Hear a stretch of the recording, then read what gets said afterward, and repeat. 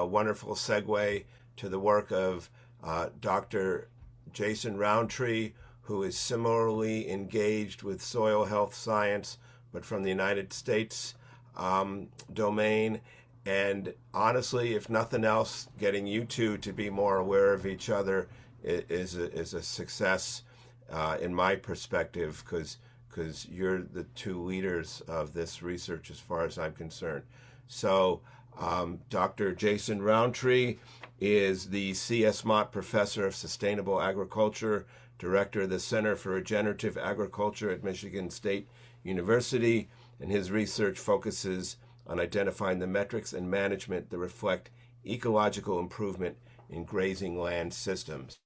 Dr. Rowntree, please, the floor is yours. All right. Thank y'all. You hear me okay, Seth? Okay. I'm going to start here and let's see here. Before we get going, I'd like to be sure to acknowledge all the people that I've been working with. We've got a large team here, and ultimately, just a wonderful group of folks. We've got, I believe, 51 PIs on the main project that I'm working with throughout the U.S. and grazing from Colorado State to Texas A&M, Noble Research Institute, University of Wyoming. I can go on. The premise that brings us together, I think, on Earth Day is regenerative agriculture. In the U.S. context, we tend to define regenerative ag as the adoption of soil health principles. I always want to say that we want to be led by principle and driven to outcome. A check the box practice doesn't work. And every farm is different. Every farm is a fingerprint. And how we manage that contextually, whether in the United States or globally, is very specific to that location. But if we can use these tools in the toolbox, minimizing disruption, always keeping ground covered, perennialization or living roots, biodiversity, getting cattle back in our crop systems and adaptive grazing, we're going to do much better in terms of our resilience and food security. So I'm going to just share a few things about the farm that I manage here in Lake City. This is a 600 acre spot. We are very temperate, only cool season grasses that we have here. I got here in 2009, and upon that premise, I basically stopped conventional management at this site. We were using fertilizers, considerably doing a lot of hay, very big frame cattle for feed yards. And overnight, through the help of many great consultants that many of you would know throughout the U.S., I just elected to go different. We bought a cow herd that was very moderate, very grass oriented. We quit fertilizing. We quit haying. We tried to graze further into the season. We've done tremendous grass finishing research. And then consequently, and we also measured our greenhouse gas emissions at this site, as well as our soil carbon. I think I started in about 2010 or 11 here. Many of you know that we've had a good working relationship with the Savory Institute and others in this context. Just a quick snapshot of our place. I love it. It's a tremendous place to do work in northern Michigan. For your benefit, we're right on the 45th parallel north. And so this is just kind of a quick spot and a quick shot of our place here. So what is managed grazing, right? It's having cattle at a place for a given period of time to accomplish a purpose with proper animal behavior. Quoting the likes of Alan Savory, Jim Howe, Jim Garish, and others. This is a shot of our place so that you can see where we're headed, where we are, and where we've been. And so what we've done is we have transects all over our farm. We have measurement sites all over our farm. There's methane analyzers that are out there. And you can see that we're just trying to manage the land in a way that allows for an adequate rest and adequate recovery. Need to go forward here, guys. And so just a quick thing I want to bring up that we don't hit enough is the type of cow we run in our environment is incredibly important.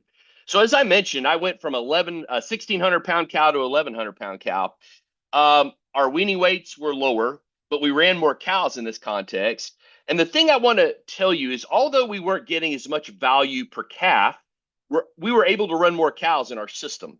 And what we learned through accumulating 15 years of data is that for every 100 pounds of cow more, meaning for every 100 pounds of additional weight, the cow only weaned about 7 to 8 more pounds of weaning weight. And then she also, in this context, if I go from 1600 to 1150, that cow also ate over 1 ton more feed per year, costing me an additional $200.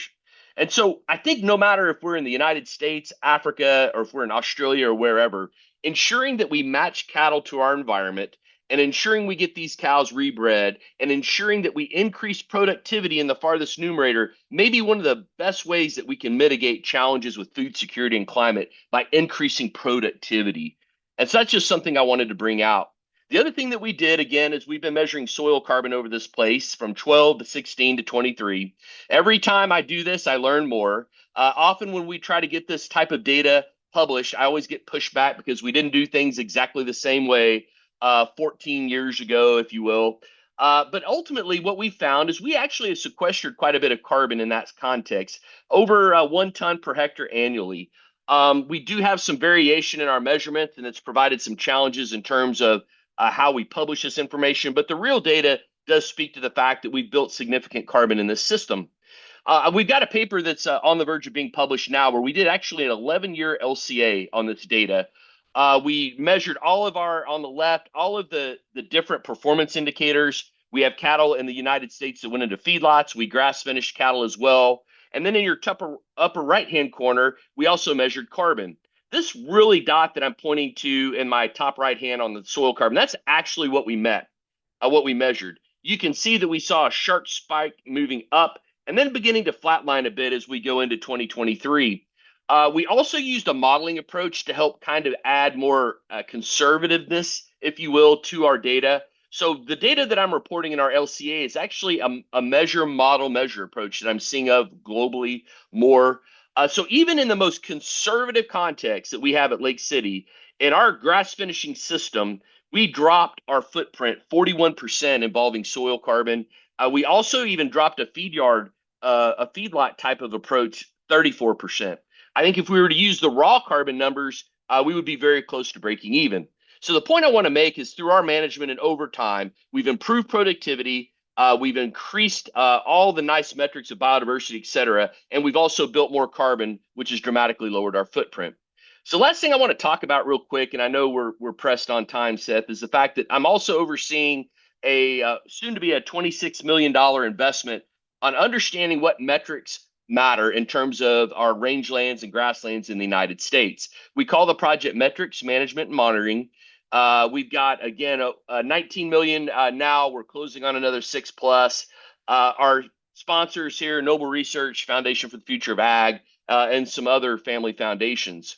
And so we're actually actively monitoring on all the sites that you see here in the United States. There will be 59 of them. We also have intensive research sites at Michigan State University. We have it at University of Wyoming, and then we also have it at Noble Research Center, which is going to be kind of down in this Choctaw Nation region. And so we've been polling producers on how they graze, what are the recovery periods.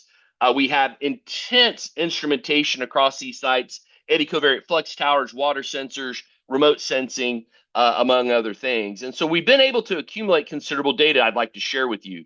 But really what we're doing, first of all, at our intensive sites is we're comparing what I call an adaptive management approach. You can call it holistic plan grazing, whatever, compared to a prescriptive approach. So we have considerable cows on one side, on the left, increasing stock density, very long recovery periods, versus a prescriptive approach where I let cows mow it to the ground. Whenever there's not enough grass, I pull them out, I put them back in 30 days later. I let them graze it in the ground, I pull them out, and I put them back 30 days later. So ultimately, two very different types of approaches. We're seeing huge differences in terms of the responses of these. I don't have enough time to share a lot of that data because actually what I want to talk more about is the data that we're seeing in our Texas and Oklahoma ranches. As I mentioned, I've got eddy covariate flux towers on all these sites. These measure the overall carbon absorption. Generally, anywhere from 10 to 30% of this carbon absorption can be considered soil organic carbon sequestration or added carbon. And so you can see that almost in all the sites that we're measuring, we're seeing over time that these ranches are beginning to take down significant amount of carbon, which I think adds credibility to what we've heard today, that we've got animals grazing in a system that was created for. These are primarily on native rangelands. Some are improved pasture, But again, you can see that we're even up to 8 tons per hectare on our top sites, but many in the 2 to 6 region over the last few years that we've been managing. And so this is huge when you think about the opportunities of management and how we can begin to uptake more carbon.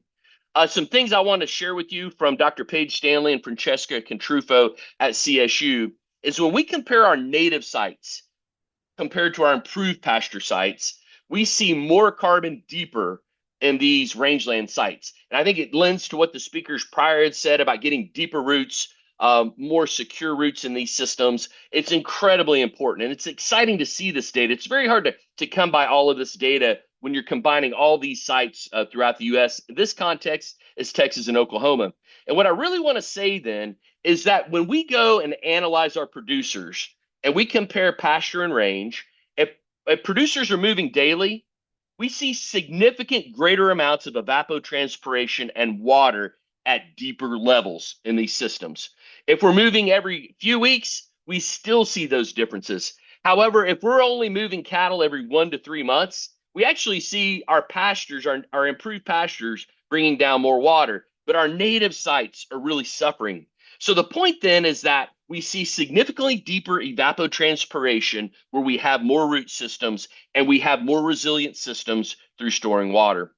And so the take-home truth I'm going to say is this, is that at the end of the day, I think, as I showed with productivity, we still have to be profitable no matter where we are. We have to be able to earn a living to keep supporting our families.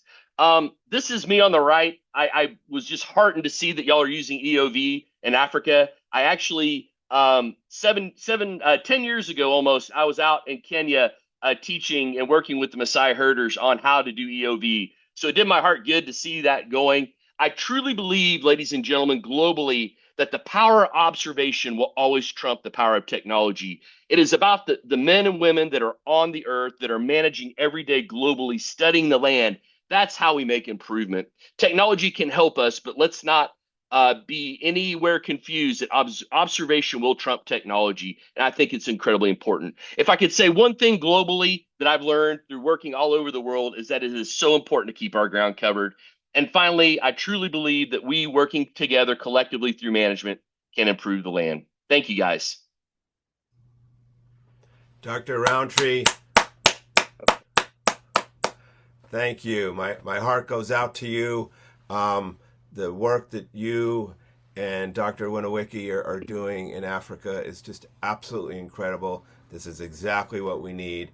Verification of land getting better through appropriate land management practices in which livestock will be an essential part over large parts of the world.